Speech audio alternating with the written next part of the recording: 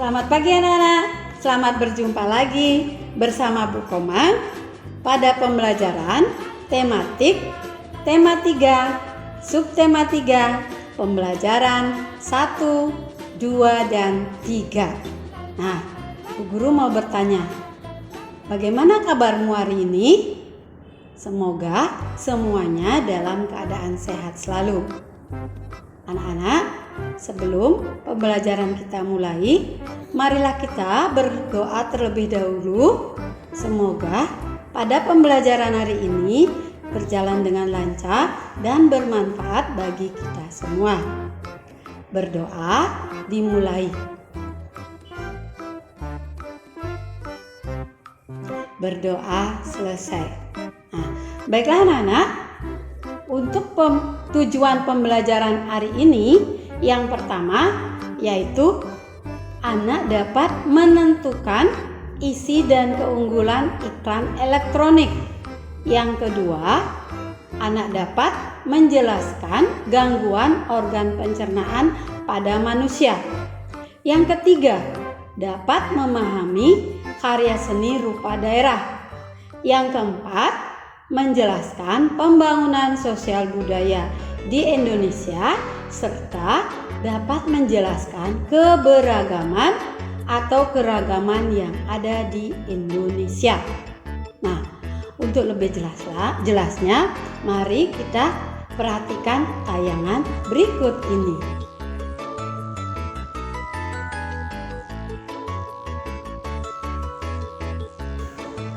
Baiklah anak-anak, sebelumnya kita sudah mempelajari tentang media cetak, iklan media cetak. Sekarang kita akan mempelajari tentang isi dan keunggulan iklan elektronik. Anak-anak masih ingat apa itu iklan? Iklan merupakan pesan tentang barang atau jasa yang dibuat seseorang atau perusahaan yang disampaikan kepada masyarakat melalui media, baik media cetak maupun elektronik. Adapun tujuan daripada iklan yaitu menarik minat masyarakat untuk membeli atau menggunakan barang atau jasa yang ditawarkan. Nah, untuk menentukan isi dan keunggulan sebuah iklan, kita harus mencermati yaitu informasi yang disampaikan dalam iklan, baik berupa suara maupun gambar. Yang kedua, isi iklan. Jika menawarkan produk, memperhatikan dengan seksama nama dan keunggulan produk tersebut. Yang ketiga, hal yang membuat iklan tersebut menarik, yaitu gaya atau ucapan tokoh dalam iklan. Itulah tadi untuk menentukan isi dan keunggulan sebuah iklan. Nah, iklan dibuat agar masyarakat tertarik dengan barang atau jasa yang ditawarkan. Oleh karena itu, pemilihan kata kunci yang tepat menjadi sangat penting. Anak-anak masih ingat apa itu kata kunci? Kata kunci merupakan kata-kata yang menjadi konsep pokok yang dibahas dalam iklan tersebut. Untuk dapat menentukan kata kunci, kita perlu memahami dengan baik informasi tentang produk yang akan disampaikan. Nah, anak-anak ingatlah kembali unsur-unsur dari sebuah iklan. Adapun unsur-unsur sebuah iklan terdiri dari judul, subjudul, isi, serta visual yang menarik. Nah, adapun yang diperlukan dalam iklan pada media elektronik yaitu unsur-unsur iklan. Naskah di sini maksudnya kita dapat memasukkan materi yang sedang hangat dibicarakan masyarakat dan memiliki daya tarik yang kuat. Yang ketiga, sketsa gambar berdasarkan naskah yang kita buat. Yang keempat, mempersiapkan pemeran dengan jumlah dan karakter sesuai dengan naskah. Nah, itulah tadi unsur-unsur dari sebuah iklan.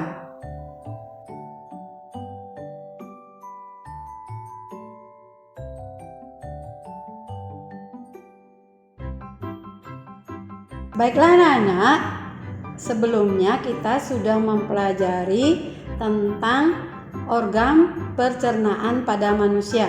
Dan hari ini kita belajar tentang gangguan pada organ pencernaan manusia. Perhatikan gambar di samping.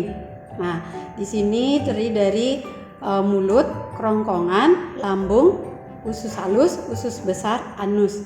Adapun fungsinya masing-masing yaitu pertama, mulut berfungsi untuk menghancurkan makanan sehingga dapat ditelan oleh tubuh. Yang kedua, kerongkongan berfungsi untuk mendorong makanan dari mulut ke lambung. Yang ketiga, lambung berfungsi sebagai tempat terjadinya sejumlah proses pencernaan kimiawi.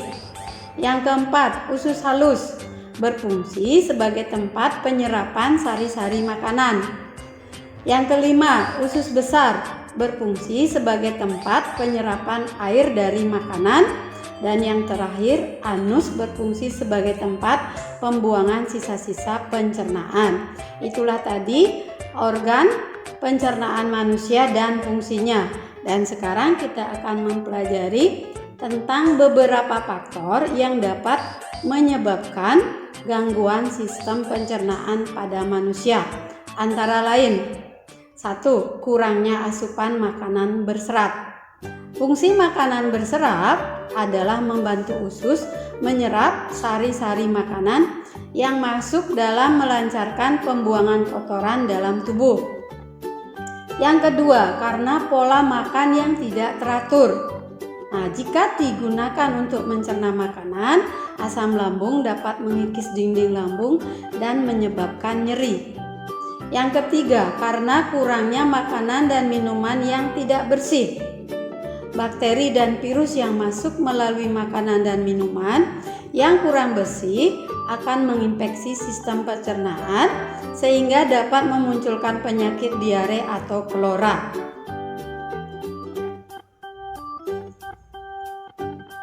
Nah, tentu anak-anak masih ingat bahwa salah satu cara menjaga kesehatan pada sistem pencernaan yaitu dengan menjaga kebersihan makanan yang dikonsumsi. Selain menjaga kebersihan makanan yang dikonsumsi, makanan juga harus mengandung gizi yang seimbang dan dibutuhkan oleh tubuh. Di sini ada beberapa contoh makanan yang dapat menyehatkan bagi sistem pencernaan, seperti buah-buahan, sayur-sayuran, dan biji-bijian.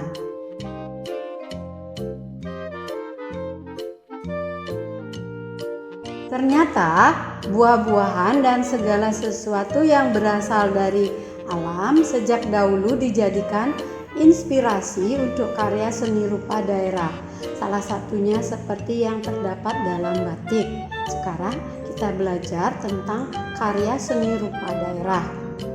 Berbagai bentuk kesenian Nusantara yang ada sekarang ini merupakan budaya masyarakat yang sesuai dengan adat istiadat serta kondisi lingkungan di wilayah masing-masing. Nah, apa itu batik? Batik adalah kain bergambar yang dibuat khusus dengan menggunakan malam dan pengolahannya diproses dengan cara tertentu sesuai ciri khas daerah masing-masing. Nah, hampir di setiap daerah memiliki batik dengan ciri khasnya sendiri.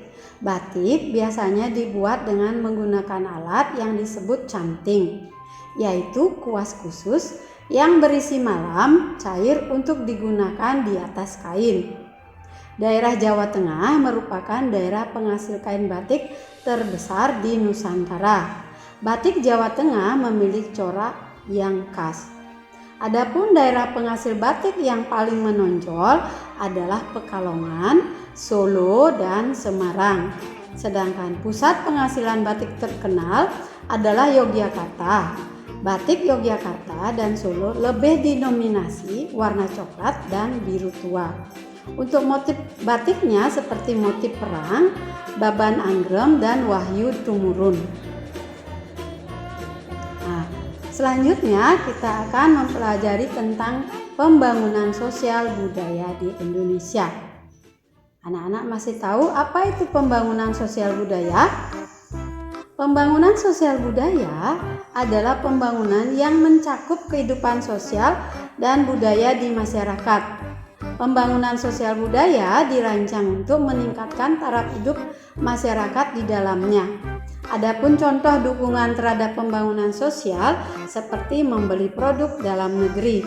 Contoh lain sebagai pembangunan sosial adalah organisasi P3A, di mana organisasi P3A terdiri atas para petani yang menggunakan irigasi sebagai modal kerjanya. Keberagaman yang dimiliki oleh organisasi ini justru memperkuat keberagaman organisasi tersebut. Itulah tadi salah satu contoh dukungan terhadap pembangunan sosial. Nah, adapun keragaman yang ada di Indonesia seperti suku, bangsa, agama, budaya, serta kegiatan ekonomi. Masyarakat sebaiknya tetap bersatu meskipun keragaman menimbulkan perbedaan sesuai dengan semboyan Bhinneka Tunggal Ika. Keragaman dalam kehidupan sehari-hari, misalnya dalam organisasi. Adapun tujuan organisasi menjadi pemersatu antar anggota karena dilaksanakan dengan semangat kebersamaan. Nah, itulah tadi keragaman yang ada di Indonesia seperti suku, bangsa, agama, budaya, serta kegiatan ekonomi. Lalu, apa saja nilai-nilai keberagaman dalam sosial di lingkungan tempat tinggalmu? Seperti pertama, saling menghargai sesama. Kedua, bergotong royong. Ketiga, saling bekerja sama antar sesama. Yang keempat, menolong jika sesama memerlukan. Nah, itu tadi nilai-nilai keberagaman dalam sosial di lingkungan tempat tinggal. Anak-anak, sekian pembelajaran kita hari ini. Nah, Bu Guru mau bertanya, bagaimana perasaanmu selama mengikuti pembelajaran?